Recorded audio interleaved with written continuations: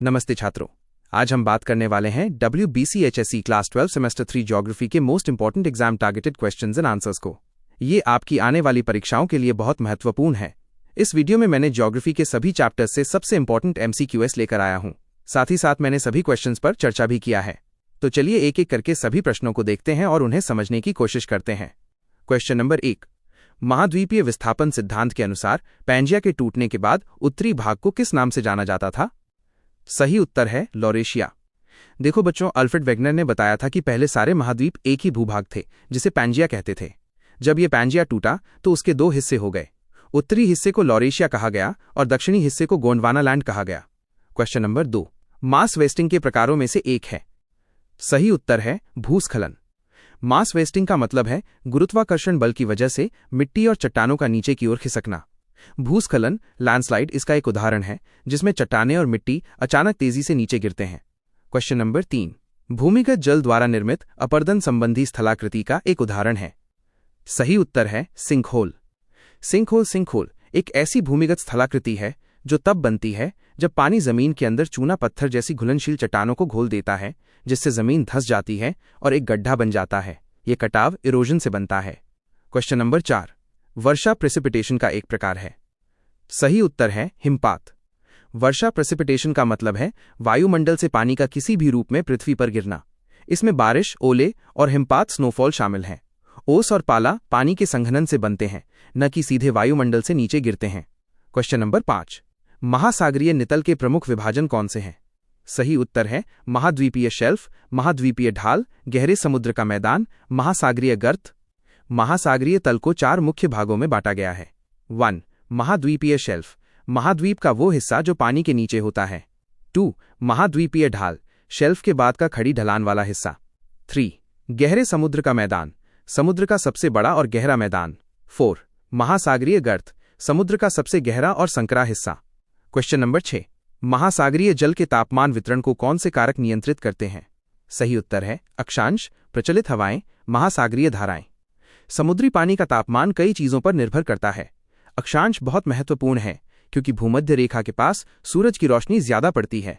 प्रचलित हवाएं और महासागरीय धाराएं भी गर्म या ठंडे पानी को एक जगह से दूसरी जगह ले जाती हैं, जिससे तापमान का वितरण प्रभावित होता है। क्वेश्चन नंबर 7, एक पारिस्थितिकी तंत्र में पोषक स्तर ट्रॉफिक लेवल्स क्या दर्शाते हैं? सही उत्तर है ऊर्जा के प्रवाह के स्तर। पोषक स्तर ट्रॉफिक लेवल्स किसी भी पारिस्थितिकी तंत्र में ऊर्जा के प्रवाह को दर्शाते हैं। ये बताते हैं कि ऊर्जा एक जीव से दूसरे जीव में कैसे जाती है, जैसे पौधों से शाकाहारी और फिर मांसाहारी जीवों तक। क्वेश्चन नंबर 8, जन्म दर बर्थ रेट की परिभाषा क्या है? सही उत्तर है प्रति 1000 जनसंख्या पर जीवित जन्मों की संख्या। जन्म दर बर्थ रेट को मापने के लिए हर 1000 लोगों पर एक साल में कितने बच्चे पैदा हुए ये देखा जाता है। ये जनसंख्या वृद्धि का एक महत्वपूर्ण हिस्सा है। क्वेश्चन नंबर 9, आयु लिंग पिरामिड में व्यापक आधार ब्रॉड बेस क्या दर्शाता है? सही उत्तर है अधिक जन्म दर। जब किसी आयुलिंग पिरामिड का आधार चौड़ा होता है तो इसका मतलब है कि उस देश में बच्चों की संख्या ज्यादा है।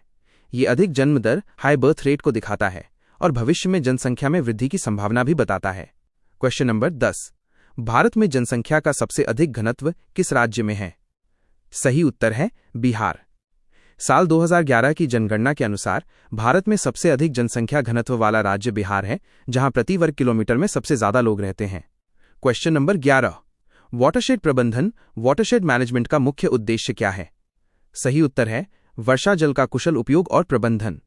वाटरशेड प्रबंधन का मकसद बारिश के पानी को अच्छे से इस्तेमाल करना और उसे मैनेज करना है, जिससे पानी बर्बाद ना हो और जमीन का कटाव भी रुक सके। क्वेश्चन नंबर 12, भारत में लोहे का सबसे बड़ा उत्पादक राज्य कौन सा है? सही उत्तर है ओडिशा। भारत में लोहे का सबसे बड़ा उत्पादक राज्य ओडिशा है। यहां लोहे के बड़े भंडार मौजूद हैं, जिससे यह देश का सबसे बड़ा उत्पादक बनता है। क्वेश्चन नंबर 13, गैर परंपरागत ऊर्जा स्रोत नॉन कन्वेंशनल एनर्जी रिसोर्स का उदाहरण है। सही उत्तर है ज्वारीय ऊर्जा। ज्वारीय ऊर्जा टाइडल एनर्जी एक गैर परंपरागत ऊर्जा स्रोत है, क्योंकि यह समुद्र के ज्वार भाटे से उत्पन्न होती है और रिन्यूएबल है। कोयला और पेट्रोलियम पारंपरिक स्रोत हैं। क्वेश्चन नंबर 14, श्वेत क्रांति के जनक के रूप में किसे जाना जाता है? सही उत्तर है वर्गीस कुरियन। डॉक्टर वर्गीस कुरियन को भारत में श्वेत क्रांति व्हाइट रेवोल्यूशन का जनक माना जाता है। उन्होंने दूध उत्पादन बढ़ाने के लिए ऑपरेशन फ्लड की शुरुआत की थी। क्वेश्चन नंबर 15, भारत में संचार का सबसे तेज साधन क्या है? सही उत्तर है ईमेल और इंटरनेट।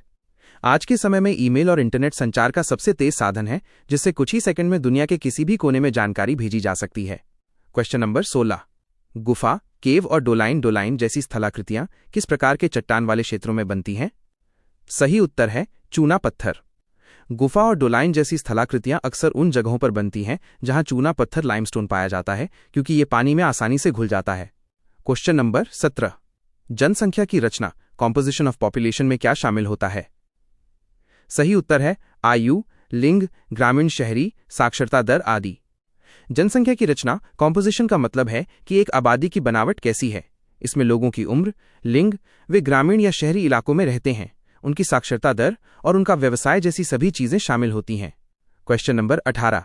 फसल संयोजन, क्रॉप कॉम्बिनेशन का अध्ययन किस लिए किया जाता है?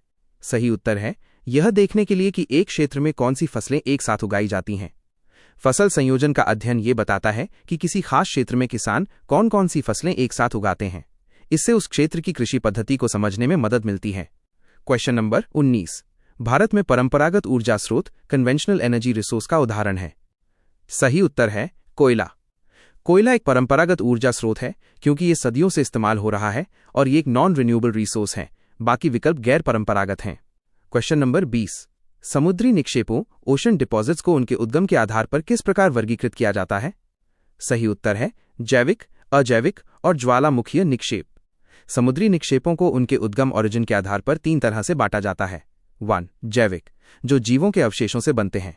2. अजैविक, जो मिट्टी और चट्टानों के कणों से बनते हैं। 3. ज्वालामुखीय, जो ज्वालामुखी के राख से बनते हैं।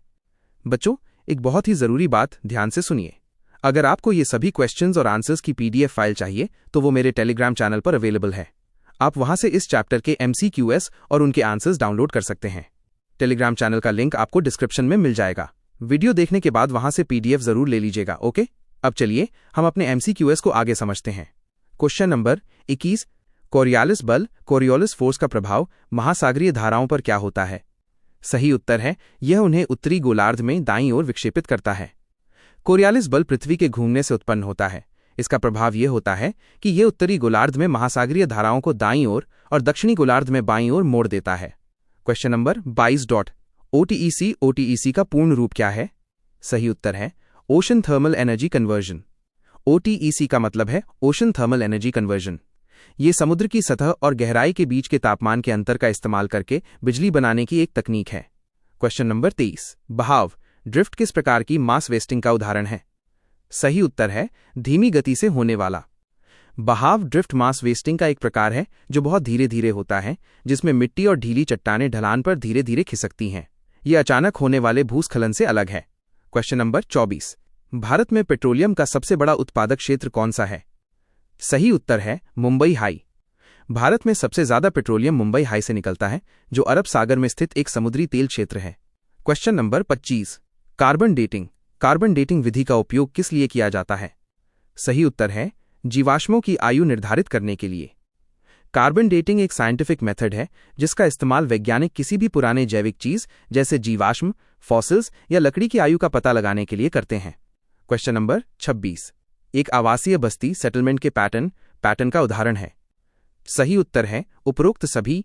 आवासीय बस्तियों के कई पैटर्न होते हैं, जैसे रैखिक लीनियर, सड़कों या नदियों के किनारे बसे हुए; गोलाकार, सर्कुलर, किसी झील या तालाब के चारों ओर बसे हुए; आयताकार, रेक्टेंगुलर, सड़कों के चौराहे पर बसे हुए। Question number 27। परिवहन ट्रांसपोर्ट के विभिन्न साधनों में से एक है। सही उत्तर है उपरोक्त सभी। परिवहन के कई साधन हैं, जिनमें जलमार्ग, सड़क और रेलवे सभी शामिल हैं। ये सभी लोगों और सामान को एक जगह से दूसरी जगह ले जाने के लिए महत्वपूर्ण हैं। Question number 28। किस प्रकार के निक्षेप सबसे अधिक गहराई में पाए जाते हैं? सही उत्तर है जैविक निक्षेप। समुद्र में सबसे अधिक गहराई में जैविक निक्षेप, ऑर्गेनिक डिपॉजिट्स पाए जाते हैं, क्योंकि ये मरने वाले समुद्री जीवों के अवशेषों से बनते हैं जो तल में जाकर जमा हो जाते हैं। Question number 29। आर्थिक भूगोल में व्यापार, ट्रेड का क्या महत्व है? सही उत्तर है ये वस्तुओं और सेवाओं के आदान प्रदान से अर्थव्यवस्था को गति देता है। आर्थिक भूगोल में व्यापार का बहुत महत्व है। ये वस्तुओं और सेवाओं के लेन देन को बढ़ावा देता है, जिससे किसी भी देश की अर्थव्यवस्था को गति मिलती है। Question number 30। भारत में मैंगनीज का उपयोग मुख्य रूप से किस उद्योग में होता है? सही उत्तर है लोहा और इस्पात उद्योग। मैंगनीज का उपयोग मुख्य रूप से लोहा और इस्पात उद्योग आयरन एंड स्टील इंडस्ट्री में होता है क्योंकि इसका इस्तेमाल स्टील को मजबूत बनाने के लिए किया जाता है। Question number 31। भूस्खलन लैंडस्लाइड किस प्रकार की भू आकृति प्रक्रिया है? सही उत्तर है मास वेस्टिंग द्वारा। भूस्खलन एक तरह की मास वेस्टिंग प्रक्रिया है जिसमें ढलान पर मौजूद मिट्टी और चट्टानें अचानक नीचे की ओर खिसक जाती हैं। Question number 32। गुफा केव की छत से बनने वाले स्टैलेक्टाइट किस प्रक्रिया द्वारा बनते हैं? सही उत्तर है निक्षेपण। स्टैलेक्टाइट निक्षेपण डेपोजिशन की प्रक्रिया से बनते हैं। जब पानी में घुला हुआ चूना पत्थर गुफा की छत से टपकता है तो पानी के सूखने पर चूना पत्थर वहीं जमा हो जाता है और स्टैलेक्टाइट बनाता है। Question number 33। भारत में फसल सघनता क्रॉपिंग इंटेंसिटी से क्या तात्पर्य है? सही उत्तर है एक वर्ष में एक ही खेत पर कितनी फसलें उगाई जाती हैं। फसल सघनता क्रॉपिंग इंटेंसिटी ये बताती है कि एक ही खेत में एक साल में कितनी बार फसलें उगाई जाती हैं। ये कृषि उत्पादन का एक महत्वपूर्ण माप है। Question number 34। भारत में जनसंख्या का घनत्व किस कारक से प्रभावित होता है? सही उत्तर है भौतिक, सामाजिक, आर्थिक और ऐतिहासिक कारण। भारत में जनसंख्या घनत्व कई कारकों से प्रभावित होता है, जैसे भौतिक कारक जलवायु, मिट्टी और पानी की उपलब्धता। सामाजिक और आर्थिक कारक नौकरी, शिक्षा और स्वास्थ्य सुविधाओं की उपलब्धता। ऐतिहासिक कारक पुरानी बस्तियां। Question number 35। भारत में तांबा कॉपर मुख्य रूप से कहां पाया जाता है? सही उत्तर है खेतड़ी, राजस्थान।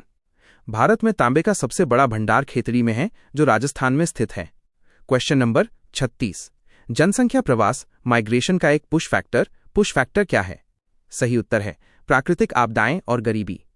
पुश फैक्टर वे कारण होते हैं जो लोगों को किसी जगह से दूर जाने पर मजबूर करते हैं। प्राकृतिक आपदाएं, गरीबी और बेरोजगारी इसके प्रमुख उदाहरण हैं। Question number 37। समुद्री निक्षेपों ओशन डिपॉजिट्स का वर्गीकरण किस आधार पर किया जाता है? सही उत्तर है उत्पत्ति और स्थान। समुद्री निक्षेपों को उनकी उत्पत्ति ऑरिजिन जैसे जैविक या अजैविक और वे कहां पाए जाते हैं यानी उनके स्थान लोकेशन के आधार पर वर्गीकृत किया जाता है। Question number 38। डेल्टा और जलोढ़ पंख अलूवियल फैन किस प्रकार की भू आकृतियां हैं? सही उत्तर है नदी द्वारा निक्षेपण संबंधी। डेल्टा और जलोढ़ पंख दोनों ही नदी द्वारा बनाए गए निक्षेपण संबंधी डिपोजिशनल स्थलाकृतियां हैं। ये तब बनते हैं जब नदियां अपने साथ लाई गई मिट्टी और गाद को जमा करती हैं। Question number 39। वर्षा जल संचयन रेन वाटर हार्वेस्टिंग का मुख्य लाभ क्या है? सही उत्तर है भूजल स्तर को रिचार्ज करना। वर्षा जल संचयन का सबसे बड़ा लाभ यह है कि यह जमीन के अंदर के पानी यानी भूजल स्तर को फिर से भर देता है। Question number 40। ऊर्जा संसाधन का उपयोग किस लिए किया जाता है? सही उत्तर है औद्योगिक विकास, परिवहन, घरेलू उपयोग आदि के लिए। ऊर्जा संसाधन का इस्तेमाल कई कामों के लिए होता है, जैसे कि उद्योगों को चलाने के लिए, गाड़ियों को चलाने के लिए परिवहन में और घरों में घरेलू कामों के लिए।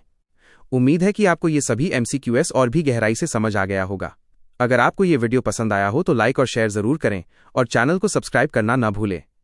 धन्यवाद। Thanks for watching.